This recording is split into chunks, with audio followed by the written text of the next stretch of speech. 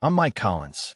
For 27 years, I built houses in Denver on my 50th birthday. I stood outside my own home locked out watching my wife hand divorce papers to my family while they laughed and toasted with champagne I paid for.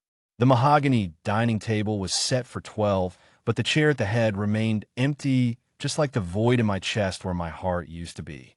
My daughter Emma raised her glass and said, "To Mom's freedom and to David, our new dad." Their families, raising champagne glasses in a toast I couldn't hear. The golden light from inside made everything look like a Norman Rockwell painting, except for one glaring detail. I wasn't in it. 27 years. That's how long I'd worked my fingers to the bone, climbing scaffolding in the Colorado heat, breathing in drywall dust, all to build this life, this house, this family. And now, on my 50th birthday, they literally locked me out. The text from Rebecca still glowed on my phone screen. "Don't come home tonight. We need space to figure things out." Figure what out? That morning, she'd kissed me goodbye like any other day. Emma had asked for money for her college textbooks. Everything had been normal, or so I thought. I pressed my palm against the cold glass, watching Emma laugh at something her Uncle Pete said, the same Pete who'd borrowed $30,000 from me last year to save his restaurant, the same restaurant that was thriving now, according to his new Mercedes in my driveway. A movement caught my eye. Rebecca stood up, holding an envelope. Even from outside, I could see the legal letterhead. Divorce papers. She was showing my family divorce papers at what should have been my birthday dinner. My phone buzzed. A notification from our joint bank account. Withdrawal of $45,000 completed. $45,000! Everything I'd saved for Emma's medical school. If you've ever felt the sting of betrayal from those you die for, don't just scroll past. Subscribe, because sometimes the only family we have is strangers who understand our pain. I stumbled backward, my work boots scraping against the wooden deck I'd built with my own hands 3 summers ago. Rebecca and I had slow danced on these very boards after I'd finished it, under the stars, planning our future. Now she was planning one without me. The security camera I'd installed, the one she didn't know also recorded audio when activated remotely, would tell me everything. But did I really want to know? Did I want to hear what my family was saying about me while they carved up my life like the turkey on that table? The wind picked up, sending fallen aspen leaves swirling around me. October in Denver could be brutal, but it was nothing compared to the ice forming in my veins. Through the window, I saw Rebecca pull out another document, our business papers. The construction company I'd built from nothing, now worth over $2 million. She was taking everything, and my family, my blood, was helping her celebrate it. University of Colorado classes. Rebecca stood at the island, her blonde hair caught in the morning sun, looking like the girl I'd fallen for 28 years ago at that construction site in Boulder. "Mail came early," she'd said, sliding a pile toward me. Between the usual bills and flyers, a credit card statement caught my eye, one I didn't recognize. "Beck, what's this Sapphire Reserve card?" I'd asked, genuinely curious. We'd always been transparent about finances, or so I believed. Her coffee mug had paused midway to her lips, just for a second. "Oh, that. It's for the online business expenses. You know, the boutique stuff." The boutique. Her latest venture selling overpriced accessories to suburban moms. I'd funded the startup costs. Website, inventory, marketing, about 50 grand total. She'd promised it would pay for itself within a year. 23,000 in charges last month? I'd kept my voice level, but something cold was creeping up my spine. Inventory investment, honey. You know how business works. Gotta spend money to make money. She'd kissed my cheek, leaving behind the scent of that expensive perfume I'd noticed her wearing lately. Trust me. Trust. That word would come to haunt me. You can skip this story if you want, but one day, when someone you trust breaks you, you'll remember this moment. Hit subscribe. Karma has lessons for all of us. The weeks that followed revealed cracks in our foundation I'd been too blind to see. Rebecca's business trips to Vegas, Miami, Scottsdale, always with her business partner, Melissa, a divorced real estate agent with a taste for younger men and older whiskey. Emma had started pulling away too. My little girl who used to wait by the window for me to come home from job sites now barely looked up from her phone. Her college expenses kept climbing. Parking passes for a car I didn't know she had. Apartment deposits when she was supposed to be in dorms. Spring break trips that cost more than I made in a month when I started out. Dad's being controlling again. I had heard her say to Rebecca one evening when they thought I was in the garage. Tyler's dad doesn't interrogate him about every little expense. Tyler, her boyfriend from Cherry Creek, the wealthy Denver suburb where kids drove Range Rovers to high school. His father owned a tech company. They vacationed in Aspen. Meanwhile, I was the blue-collar embarrassment who still had calluses on his hands. The real blow came in June. Pete, my younger brother, had sat across from me at a brewery in Reno, Denver's trendy district, spinning his sob story. His restaurant was failing. The pandemic had killed foot traffic. He'd lose everything without help. "Your family, Mike. You know I'm good for it. Once we get through summer, tourist season will save us." $30,000. I'd liquidated some retirement savings. Told Rebecca it was for a promising investment. Pete had hugged me with tears in his eyes, promised to pay back every cent with interest. Now his restaurant's Instagram showed packed dining rooms and celebrity visits, but my calls were unanswered. Denver PD detective turned private investigator organized his evidence like a prosecutor preparing for trial. "You sure you want to see this, Mike?" His weathered face showed the kind of sympathy reserved for delivering death notifications. I nodded, though my coffee had already gone cold in my trembling hands. The first photo showed Rebecca entering the Ritz-Carlton downtown. Normal enough. The second showed her in the lobby with a man I didn't recognize. Tall, silver-haired, expensive suit. The third showed them kissing in the elevator. "His name's David Chen," James said quietly. "Commercial real estate developer, worth about $40 million, recently divorced." The photos kept coming. Rebecca and David at restaurant openings, at charity galas I thought she had attended with Melissa, at a jewelry store in Cherry Creek where she was trying on a diamond bracelet I'd never seen her wear. At least, not around me. "How long?" My voice sounded foreign, like someone else was asking. "Based on credit card records and phone data, about 8 months. 8 months. While I was working overtime to fund her boutique, she was building an exit strategy. If your heart just dropped reading this, you're not alone. Subscribe now because every betrayal story reminds us we're survivors, not victims. "There's more," James warned. "Your daughter Emma, she knows." The room tilted. "What?" He pulled out printed text messages. Emma to her friend. "Mom's finally going to be happy. She deserves better than a construction worker anyway." Another. "David promised to pay for my med school. Real money, not Dad scraping and saving." My own daughter, my baby girl who I'd carried on my shoulders through every Rockies baseball game, who I'd taught to ride a bike in Washington Park, who I'd worked double shifts to send to private school. She was in on it? "Your brother Pete," James continued, sliding over bank statements. "That 30 grand you gave him, he invested it in a partnership with David Chen. They're opening 3 new restaurant locations together." The betrayal was complete. A family conspiracy, with me as the mark. "Why now?" I asked. "Why are they moving now?" James pulled out one final document. "Your company, Denver Premier Construction, just got approved for the airport expansion contract. It's worth $12 million over 3 years. The filing went public last week." Of course, the moment my working-class success threatened to become real wealth, suddenly I wasn't good enough to share it with. "Mike," James leaned forward, "Colorado's a no-fault divorce state, but infidelity and financial fraud change the game. Document everything. And whatever you do, don't let them know you know. Not yet." I left that diner different than I entered. The loving husband and father was gone. In his place stood someone I didn't recognize, someone who understood that when family becomes enemy, survival means learning to fight like one. That night, I returned home to Rebecca's smile and Emma's request for shopping money. I gave both freely, playing the fool they believed me to be.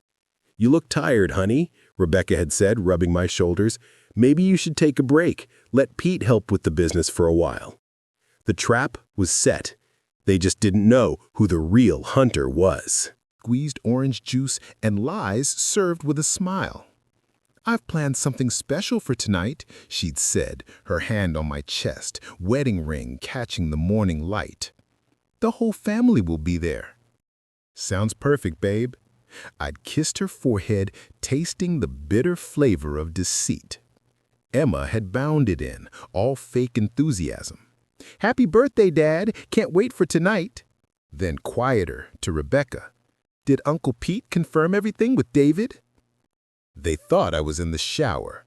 They thought the running water would mask their conspiracy.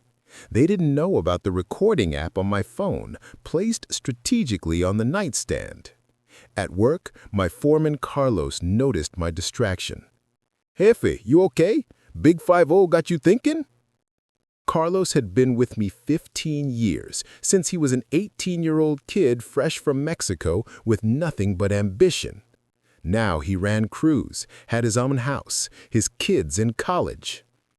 "Carlos," I said, making a decision, "how'd you like to become a partner in Denver Premier?" His eyes widened. "Mike, I couldn't afford." "I'm not talking about buying in. I'm talking about earning it. You've already done that." I pulled out partnership papers I'd had drawn up secretly. 40%. You've been the brother I should have had. Don't leave without subscribing, because sometimes the family we choose is worth more than the family we're born into.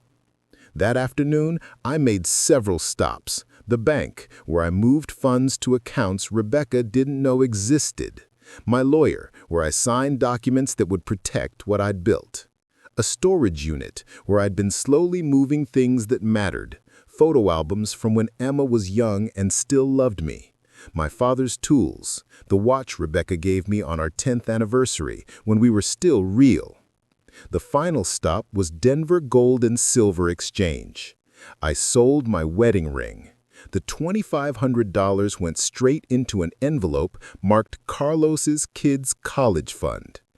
By evening, I was dressed in my best suit, heading to his surprise party.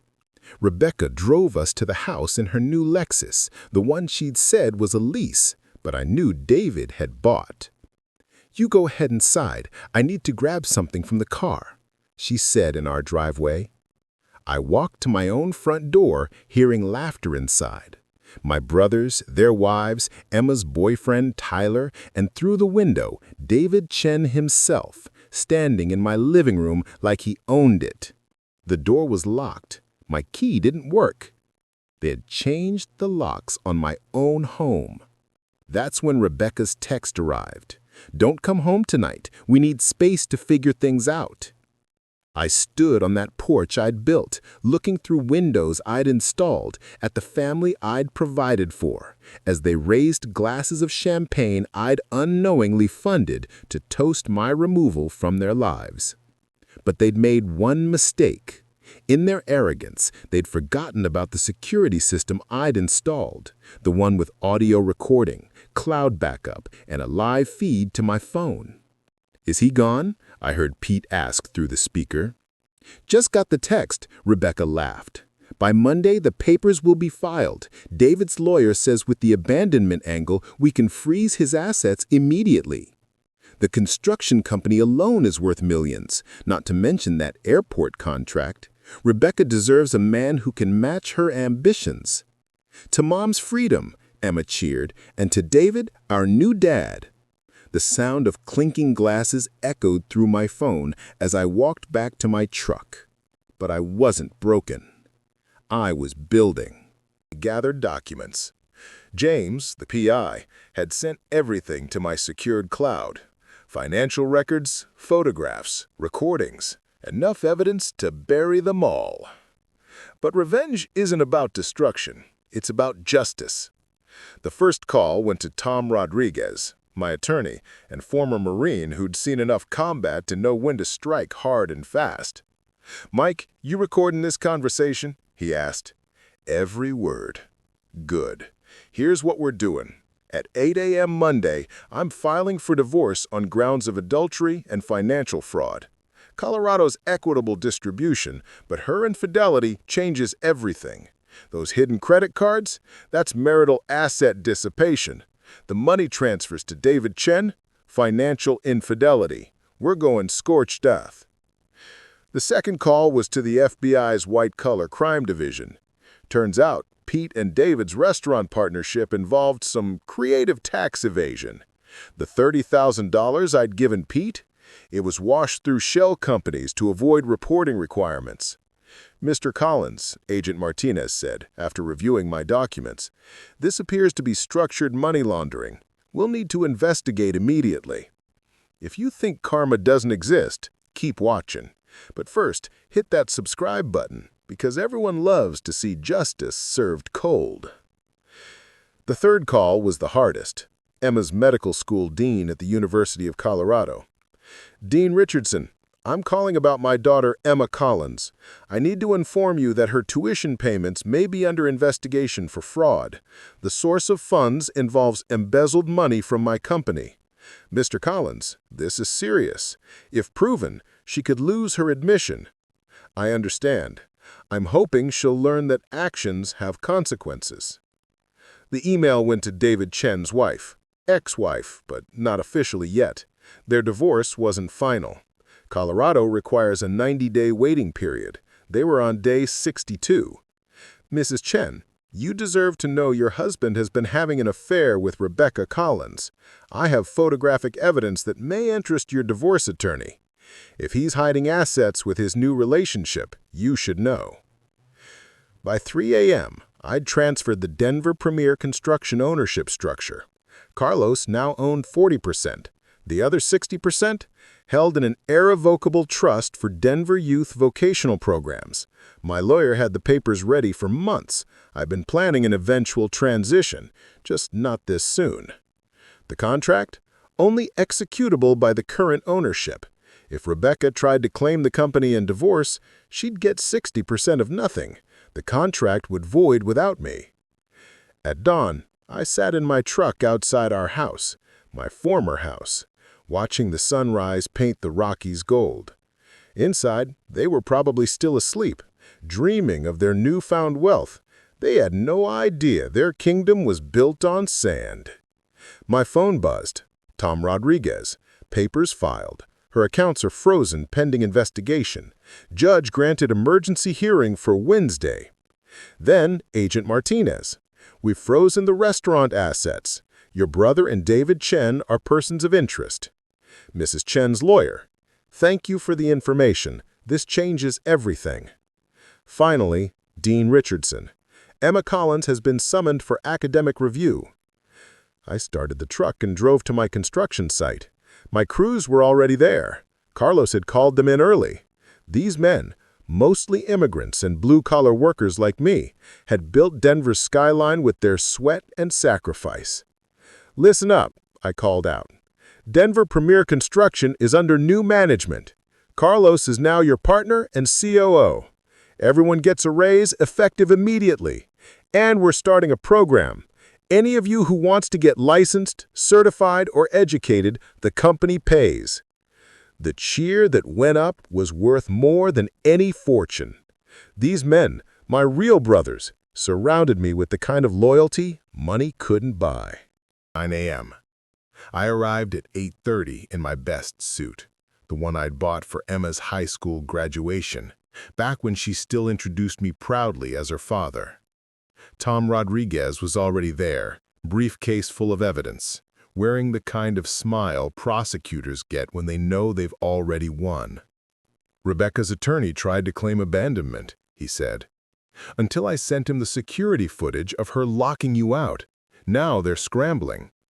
Rebecca arrived at 8:55, dressed to impress in what I recognized as a new outfit.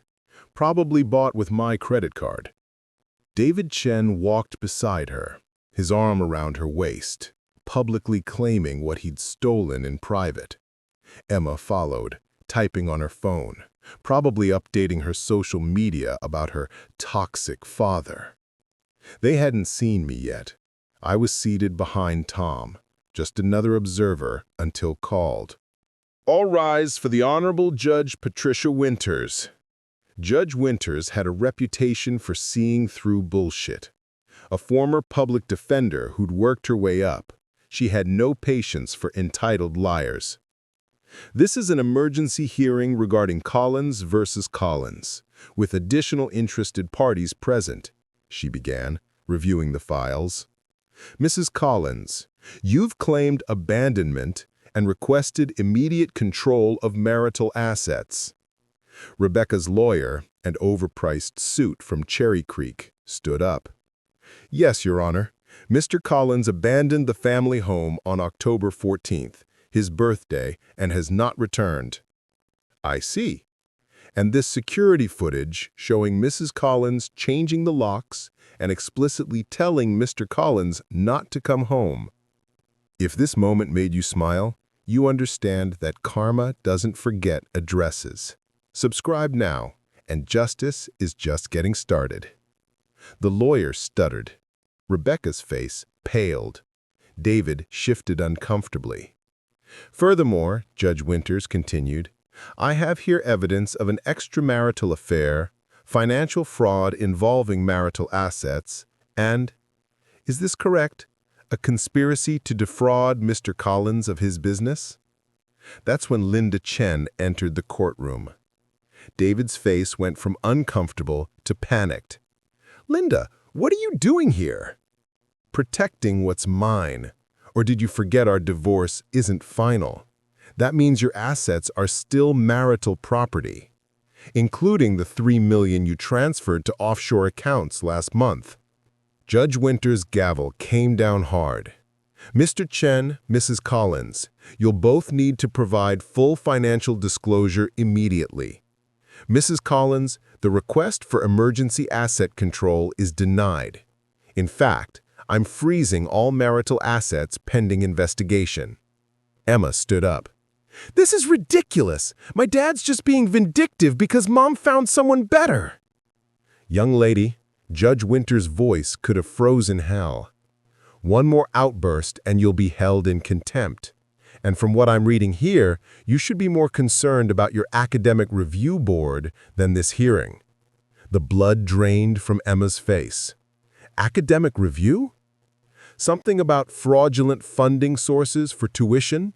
And text messages celebrating your father's planned financial ruin? Not a good look for a future doctor. Pete was escorted in next, in handcuffs.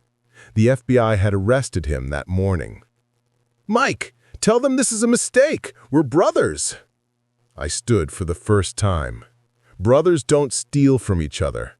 Brothers don't conspire to destroy each other. Rebecca gasped, seeing me for the first time. Not the pushover she'd married, but someone who'd finally learned to fight back. You recorded everything, she whispered. Everything. Every conversation, every scheme, every betrayal. Did you really think I was that stupid? Or just too in love to see? David tried to leave, but Linda's lawyer blocked him. We need to discuss that prenup you thought I didn't know you violated. The hearing dissolved into chaos, Rebecca crying, David being served with papers, Emma realizing her medical school dreams were crumbling, Pete being led away by federal agents. Judge Winters gavelled for order. Mrs. Collins, given the evidence of adultery and fraud, you'll receive the minimum under Colorado law. The house will be sold, debts paid, and what remains divided. Mr. Collins' business being held in trust for charity before the marriage dissolution is not marital property. What? Rebecca shrieked. He can't do that. He did, 3 days ago. All legal and binding. Covered. My new life was definitely the former. The apartment in Capitol Hill was a fraction of our suburban house's size, but it was mine. No lies embedded in the walls, no betrayal staining the floors. Carlos and I had turned Denver Premier into something better, a company that trained as much as it built. We'd gotten 3 more city contracts, all worth millions, all benefiting the trust. My phone rang. Unknown number, but I recognized the voice immediately. "Dad?" Emma's voice was smaller than I'd ever heard it. I said nothing, waiting. I need to talk to you, please." The coffee shop on Colfax in York, 20 minutes. She was already there when I arrived, hunched in a corner booth. The designer clothes were gone, replaced with jeans and a University of Colorado sweatshirt. Her eyes were red, mascara slightly smeared. "You look tired," I said, sitting across from her. "I got expelled." The words tumbled out. "The academic board said I showed lack of moral character expected of future physicians. Mom's broke. David left her when his wife took everything. She's living with Aunt Janet in Fort Collins, working at a call center." Before you judge her, remember we all make mistakes, but subscribe to hear if forgiveness is stronger than betrayal. "And you?" I asked. "I'm working at Starbucks, living with 3 roommates in Aurora. She paused, tears falling freely. "I destroyed everything, didn't I?" "You made choices." "I was so stupid. Mom kept telling me you were holding us back, that we deserved better. David promised to pay for everything, to give us the life we should have. I thought—" She laughed bitterly. "I thought love was about money. You worked so hard for us, and I called you embarrassing." "You did." "How do you not hate me?" I pulled out my wallet, extracted a worn photo. Emma at 7, missing her front teeth, holding a hand-drawn card that said "World's Best Daddy" in crooked letters. "This little girl," I said, "I could never hate her. The woman you became, I don't know her, but maybe she can learn to be someone better." "I want to try. Dad, please, I'll do anything." "Anything?" I leaned back. "Carlos needs help with the youth program, teaching kids basic construction skills. Minimum wage, hard work, no glamour. You'd be serving the community you thought you were too good for." She nodded eagerly. "Yes, anything." "And therapy, real therapy. Figure out why you thought destroying your father was acceptable." "I've started, twice a week." "One more thing. Your Uncle Pete gets out in 8 months. Minimum security for the financial crimes. When he does, you'll help him rebuild, not with money, but with actual work. Show him what family really means." Emma reached across the table, tentatively touching my hand. "I know I don't deserve forgiveness, but I'll earn it, however long it takes." I didn't pull away, but I didn't grasp back either. We'll see. Rebecca never called. Her pride, even broken, was stronger than her regret. I heard from Janet that she'd started drinking heavily, blaming everyone but herself. David Chen disappeared to California, his ex-wife having taken him for everything in the divorce. But the strangest redemption came from Pete. He wrote letters from prison, real letters, not asking for anything, just remembering our childhood, our father teaching us carpentry, our mother's Sunday dinners. He was finding himself in a cage, the way I'd found myself in Betrayal. Kind of elegance I'd once thought beyond my reach. Now, as the Trust's primary benefactor, I was the guest of honor at an event celebrating Denver Premier's youth program, graduating its 100th student. Carlos stood beside me, his family at a front table, beaming with the pride of ownership earned through sweat and loyalty. "We did it, Jefe," he whispered. "We actually did it." The crowd was a mix of city officials, construction workers, program graduates, and their families. Kids who'd been heading toward gangs now had trade licenses. Young women who'd been told construction was man's work were now running crews.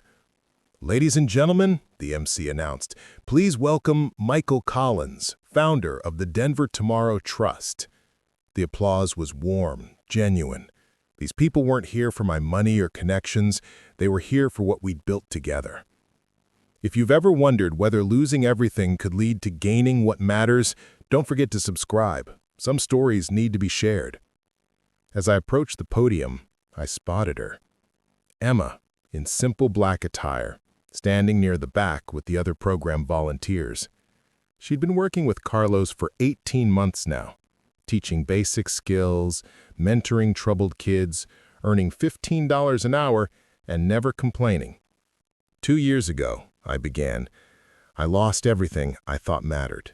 My marriage, my family, my trust in those closest to me. But sometimes, God or the universe or whatever you believe in breaks you apart to show you what you're really made of. I talked about second chances, about Carlos and the crew who'd stood by me, about the kids who'd found purpose through programs like ours. I didn't mention Rebecca or the betrayal. That was past. This was future. Tonight I want to announce something special. The Denver Tomorrow Trust is expanding. We're purchasing the old Morrison Technical Center and converting it into a full trade school. Free admission for any Denver kid willing to work for it. The crowd erupted. Carlos wiped his eyes. Emma stood frozen, her hand over her mouth. 2 years ago, I lost everything I thought mattered. My marriage, my family, my trust in those closest to me. But sometimes God or the universe or whatever you believe in breaks you apart to show you what you're really made of. I talked about second chances, about Carlos and the crew who'd stood by me, about the kids who'd found purpose through programs like ours. I didn't mention Rebecca or the betrayal. That was past. This was future. Tonight I want to announce something special. The Denver Tomorrow Trust is expanding. We're purchasing the old Morrison Technical Center and converting it into a full trade school. Free admission for any Denver kid willing to work for it. The crowd erupted. Carlos wiped his eyes. Emma stood frozen, her hand over her mouth. But I can't do this alone, so I'm bringing on a full-time program director. Someone who's proven that people can change, who's worked tirelessly to earn back trust. Emma Collins, would you come up here? The room turned to her. She looked stunned, then terrified, then something else. Redeemed. She walked through the crowd, tears streaming, and stood beside me at the podium. 18 months ago, I said to the crowd, my daughter and I were strangers. She'd lost her way, and I'd lost faith in her. But she's proven that the hardest thing isn't falling, it's getting up and earning your way back. Emma, the job's yours if you want it. She hugged me then, the first real embrace in 3 years. I love you, Dad, the real way. Not for money or status, just you. I know, sweetheart, I know. After the gala, we walked through downtown Denver, the city lights reflecting off the buildings my crews had helped build. Emma talked about her plans for the school, her ideas for reaching at-risk kids, her dreams that now included helping others instead of just herself. What about Mom? She finally asked. What about her? Do you ever think about forgiving her? I stopped, looking at the mountains silhouetting against the stars. Forgiveness isn't about her, Em. It's about me. I forgave her the day I realized her leaving was the best thing that ever happened to me. She gave me the gift of seeing who really mattered. My phone buzzed. A text from an unknown number, but I recognized the area code. Fort Collins. Mike, I heard about the gala, what you're doing. I'm so sorry for everything. Could we talk? Rebecca. I showed Emma the text. What should I do? She read it, then looked at me with eyes that had aged years and months. Delete it, Dad. Some bridges are meant to stay burned. I deleted the message, put my phone away, and we kept walking. Behind us, The brown palace glowed warm in the night. Ahead, the city stretched out full of possibility. "Want to grab coffee?" Emma asked. "I know a place that's open late. We could talk about the school plans." "I'd like that." As we walked toward the coffee shop, I thought about the man I'd been 2 years ago, standing on his own porch, locked out of his own life, betrayed by everyone he'd loved. That man had thought he'd lost everything. He'd been wrong. He'd been freed. Sometimes the family that breaks you isn't the family that makes you. Sometimes betrayal is just life pushing you toward the people who will actually have your back. If this story touched your heart, don't just move on. Subscribe and share.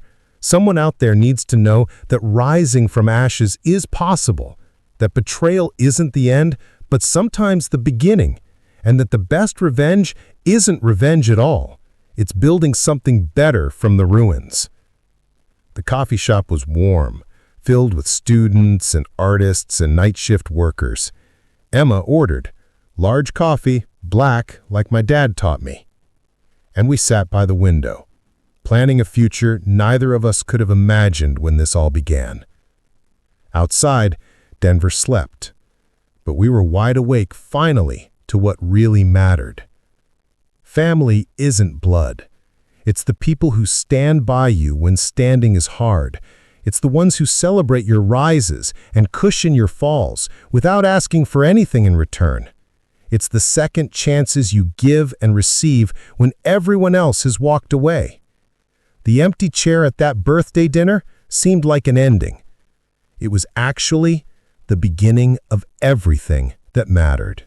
Not for me, for the person who needs to randomly find this video at their lowest moment. Every subscriber pushes this story to one more broken soul who needs to hear that they'll survive. Drop a comment, even just a heart emoji, to let others know they're not alone in this pain. Your single emoji might be the sign someone needs to keep going.